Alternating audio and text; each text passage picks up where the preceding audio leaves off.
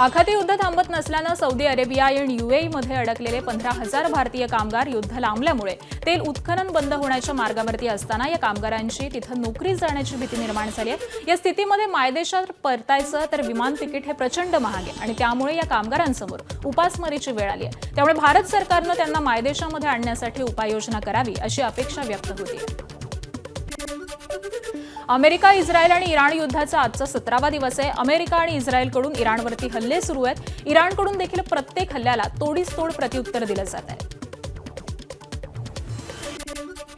Donald Trump पासून नेत्यानाहूंपर्यंत सर्वच जण इराणचे नवनियुक्त सर्वोच्च नेते मोस्तफा खामेनींच्या मागे लागलेत। हल्ल्यामध्ये ते गंभीर जखमी असल्याचा देखील दावा इराणकडून करण्यात आला होता, परंतु कुवेती वृत्तपत्र अल जरीदानं दावा केलेला आहे की मोस्तफा खामेनींना आरोग्य आणि सुरक्षेच्या कारणास्तव गुप्त पद्धतीनं रशियाला नेण्यात आलंय, जिथे त्यांच्यावरती शस्त्रक्रिया करण्यात आलेली असून त्यांच्यावरती उपचार सुरू आहेत। रशियाचे अध्यक्ष यांच्या निवासस्थानामध्येच हे खासगी रुग्णालय असल्याची माहिती आहे। तर इराणकडून मात्र अल जरीदाच्या दाव्यावरती कोणतीही प्रतिक्रिया देण्यात आलेली नाहीये। अमेरिकेचे अध्यक्ष डोनाल्ड ट्रम्प यांनी इराण विरोधामध्ये कठोर कारवाईचे संकेत दिलेले आहेत। पुढील आठवडाभरामध्ये इराणवरती जोरदार हल्ले केले जातील असं ट्रम्प यांनी म्हटलंय। G7 देशांच्या नेत्यांसोबत झालेल्या व्हर्च्युअल बैठकीमध्ये ट्रम्प यांनी इराण लवकरच शरण येईल असा दावा केल्याची माहिती ही समोर आलेली आहे। मात्र इराणच्या नव्या सर्वोच्च नेत्यानं युद्ध सुरूच ठेवण्याची भूमिका घेतलेली असून होर्मुझ सामुद्रधुनी हे बंद करण्याचा इशारा देखील दिलाय। त्यामुळे या संघर्षामुळे जागतिक अर्थव्यवस्थेवरती परिणाम होण्याची भीती ही व्यक्त केली जाते। इराण आणि इस्रायलमधील संघर्ष आता अधिक तीव्र झालेला आहे। इराणनं इस्रायलवरती मोठा क्षेपणास्त्रांचा हल्ला केलाय। या हल्ल्यामध्ये इराणनं बॅलिस्टिक आणि क्रूज क्षेपणास्त्रांचा वापर केलाय। प्रामुख्याने इस्रायलमधील लष्करी तळांना लक्ष्य केल्याची माहिती ही समोर आलेली आहे। इराणकडून इस्रायल त्याबरोबरच मध्य पूर्वेतील अमेरिकेच्या लष्करी तळांवरती सेज्जिल या बॅलिस्टिक क्षेपणास्त्र डागण्यात आलेली आहेत। या भीषण हल्ल्यामुळे तेल अवीव आणि मध्य इस्रायलमधील अनेक शहरांमध्ये धोक्याचे सायरन हे वाजवले जात आहेत। इस्रायलचे इराणवरती हल्ले सुरूच आहेत। इस्रायली हल्ल्यामध्ये इराणचं अवकाश संशोधन केंद्र हे उद्ध्वस्त झालंय। तेहरानमधील ताराश अंतराळ केंद्राचे मोठं नुकसान देखील झालेलं आहे। अमेरिकेनं इराणमध्ये मोठ्या प्रमाणात नुकसान केल्याचा दावा केलाय। अनेक इराणी लष्करी तळ हे उद्ध्वस्त केल्याचा दावा अमेरिकेनं केलेला आहे। अमेरिकन लष्करानं हल्ल्याचा व्हिडिओ पोस्ट केलेला असून इराणच्या लष्करी क्षमता नष्ट झाल्यात असं अमेरिकेनं म्हटलंय।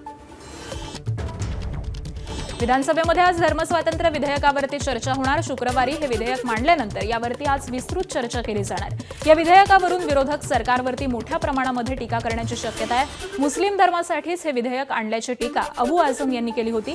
हे विधेयक सभागृहामध्ये पास करण्याऐवजी संयुक्त समितीकडे पाठवण्यात यावं अशी मागणी विरोधक करणार आहेत। त्यामुळे चर्चेदरम्यान विरोधकांचे आरोप आणि त्यानंतर सत्ताधारी पक्षाची भूमिका ही महत्त्वाची राहणार आहे।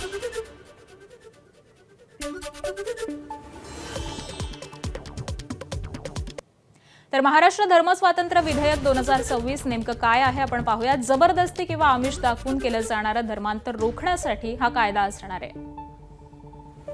बेकायदा धर्मांतराच्या गुन्ह्यासाठी 3 ते 7 वर्ष कारावास आणि 1 लाख रुपये दंड हा ठोठावला जाणार आहे। अल्पवयीन SC STंचे बेकायदा धर्मांतर केल्यास 4 ते 7 वर्ष कारावास आणि 5 लाख रुपयांचा दंड असणार आहे। एकाच वेळी 2 किंवा अधिक व्यक्तींचं धर्मांतर केल्यास 10 वर्ष कोठडीची शिक्षा ही सुनावली जाईल। तर धर्मांतर करण्यासाठी 60 दिवस आधी पूर्वकल्पना देणं बंधनकारक असणार आहे। धर्मांतर करणारी व्यक्ती, धर्मगुरू, संस्था यांना देखील 60 दिवस आधी नोटिशीचं बंधन या कायद्याअंतर्गत घालण्यात आलेलं आहे। धर्मांतरित व्यक्तीचे पालक, भाऊ किंवा बहीण किंवा रक्त नात्याची व्यक्तींनी धर्मांतर विरोधी तक्रार त्यांना मुभा देण्यात आली आहे। तर केवळ धर्मांतराच्या उद्देशानं केलेला विवाह हा शून्यवत ठरणार आहे। धर्मांतरानंतर जन्मलेल्या बालकास आई वडिलांच्या मालमत्तेमध्ये वारसा हक्क मिळणार आहे। बेकायदा धर्मांतर जन्मलेल्या बाळाला आईचा धर्म हा लागू होईल।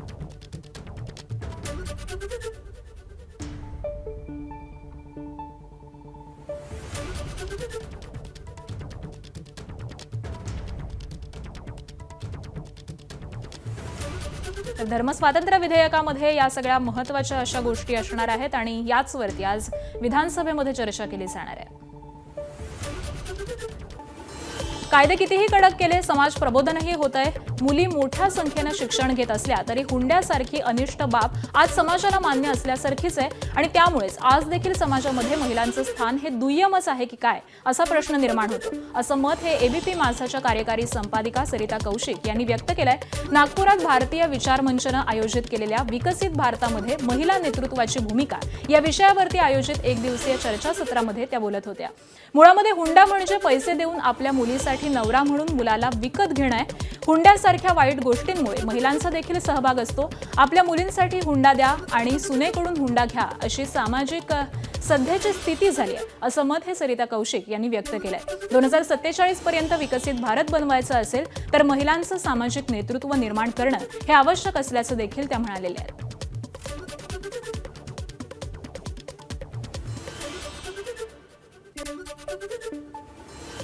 समाजात महिलांचं स्थान हे दुय्यमच असल्यामुळे आज आपल्याकडे कितीही कायदे असले आणि ते कितीही कडक असले, सतत समाज प्रबोधन जरी होत असलं, मुली शिकत असताना सुद्धा, तरीही हुंडा हा समाजाला मान्य असणारी एक गोष्ट आहे. हुंडा म्हणजे काय? पैसे देऊन एखाद्या मुलाला विकत घेणे आपल्या मुलीसाठी.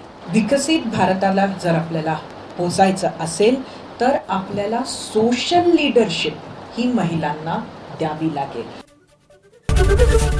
एबीपी माझा, उघडा डोळे बघा नीट.